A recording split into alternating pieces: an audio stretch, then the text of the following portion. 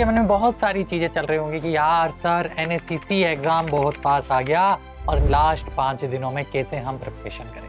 कि जो केमिस्ट्री है वो एक सब्जेक्ट नहीं है, वो 3 सब्जेक्ट है, physical chemistry, inorganic chemistry and organic chemistry, जिसमें से तो जो एक्सेप्शनल वाले ऑक्सीडेशन नंबर है वो सब आपको याद होने चाहिए। आपको कौन सी रिएक्शन कौन किस में कन्वर्ट हो रहा है ये पता होना चाहिए ताकि एन फैक्टर निकालने में आप गलती ना करो।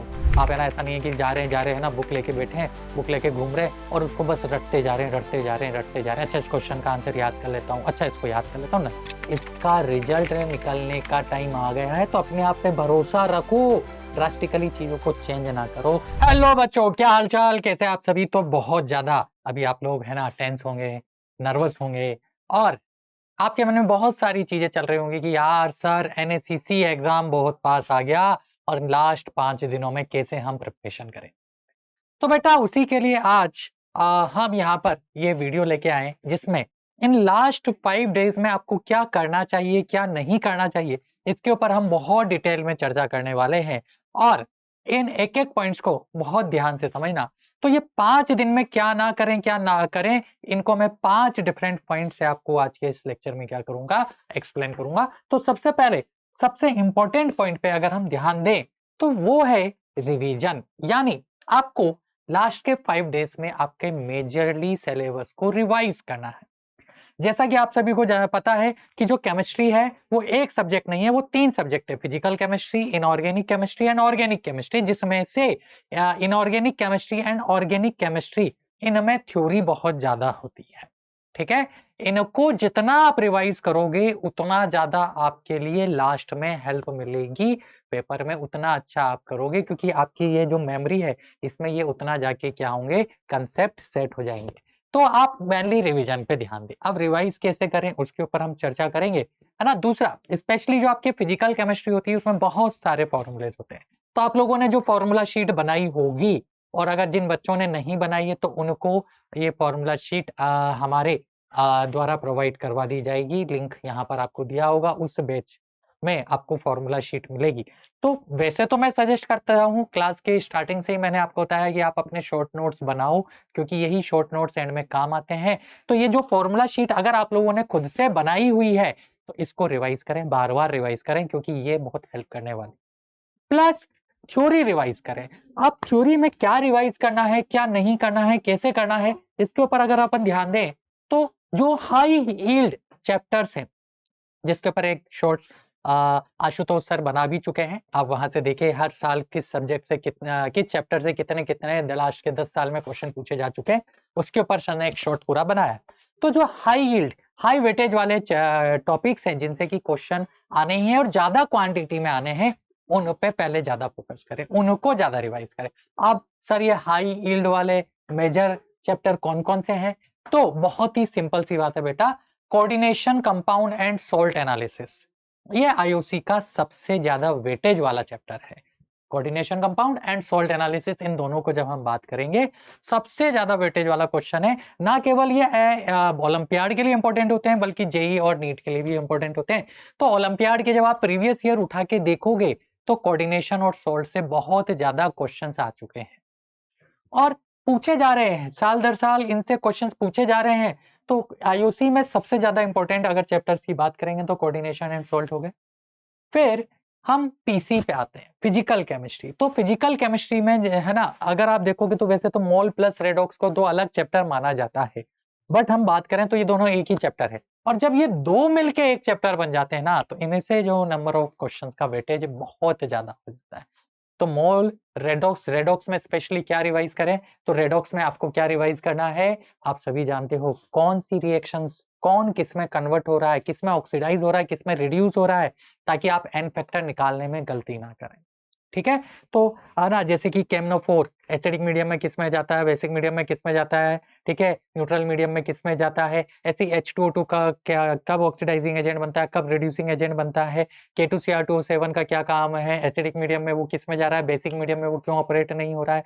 ठीक है, इसके अलावा रेडॉक्स में आते हैं एक्सेप्शनल ऑक्सीडेशन नंबर, बहुत सारे एक्सेप्शनल ऑक्सीडेशन नंबर है जिनका आंसर स्ट्रक्चर से दिया जाता है या और भी कुछ अलग तरीके हैं जिनसे हमने आंसर निकाला है ऑक्सीडेशन नंबर कैलकुलेशन का और क्लास में पढ़ा है। तो जो एक्सेप्शनल वाले ऑक्सीडेशन नंबर है वो सब आपको याद होने चाहिए। आपको कौन सी रिएक्शन कौन किस में कन्वर्ट हो रहा है ये पता होना चाहिए, ताकि एन फैक्टर निकालने में आप गलती ना करो।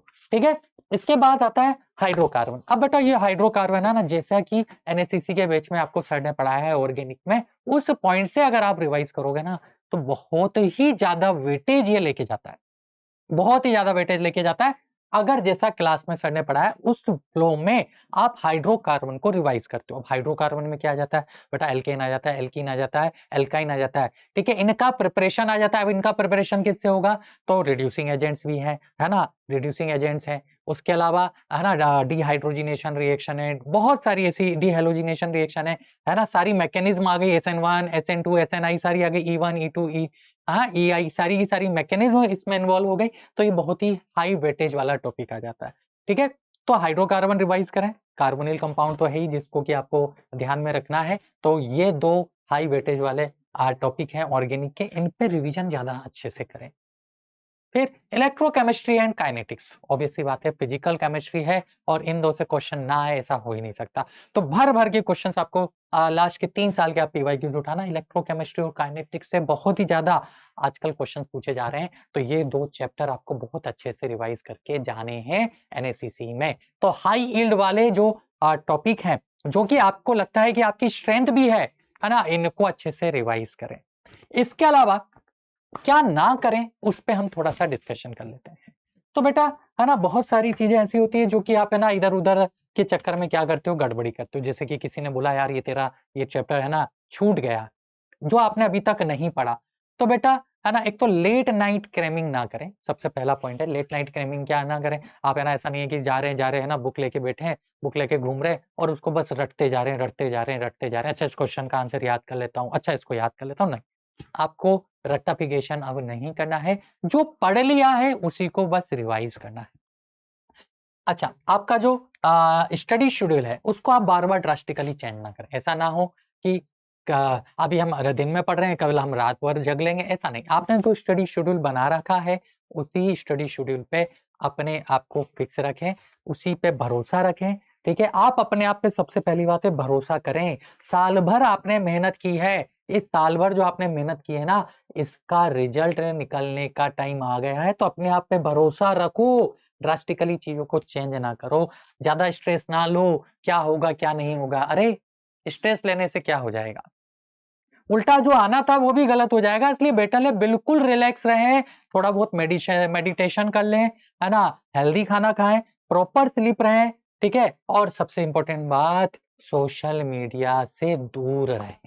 इन 5 दिनों में जितना रिलैक्स रहोगे, जितना इधर-उधर की बातों पे ध्यान नहीं दोगे, ठीक है, अपने आप को डिसिप्लिन रखोगे, सबसे इम्पोर्टेंट है अपने आप को डिसिप्लिन में रखना, स्ट्रेस फ्री रहना, हेल्दी खाना खाना, आपका जो शेड्यूल है उस पे बिलीव करना, आपने जो पढ़ा है उस पे भरोसा रखना। ठीक है, ये चीजें आपको क्या करनी है, ध्यान में रखनी है। ठीक है, वरना क्या होगा, अगर आप थोड़ा भी डिस्ट्रैक्ट हुए ना, आप थोड़ा भी डिस्ट्रैक्ट हुए तो आपका जो साल भर की मेहनत है उस पे पानी फिर जाएगा। तो इसलिए इनको थोड़ा सा ध्यान रखें। प्लस अब आपको क्या और करना है, प्रैक्टिस करना है। प्रैक्टिस कैसे करना है, आप डेली जिस टाइम पे आपका एनएससीसी का एग्जाम होने वाला है उस टाइम पर डेली एक मॉक टेस्ट या प्रीवियस ईयर जो आपने नहीं किया है, ठीक है, वो दें और उसका एनालिसिस भी करें। Practice previous papers and timely, उसको टाइमली करना है। मतलब अगर आपका 11:30 से पेपर हो रहा है एनएससीसी का एक्चुअल, तो 11:30 से 2 आवर आपको डेली 5 दिन में एक-एक पेपर जरूर देने हैं। ठीक, उसके बाद क्या करें, सबसे इंपॉर्टेंट पॉइंट है कि जो अभी तक आपने ये पेपर दिए हैं, इन पेपर को क्या करें, एनालाइज करें।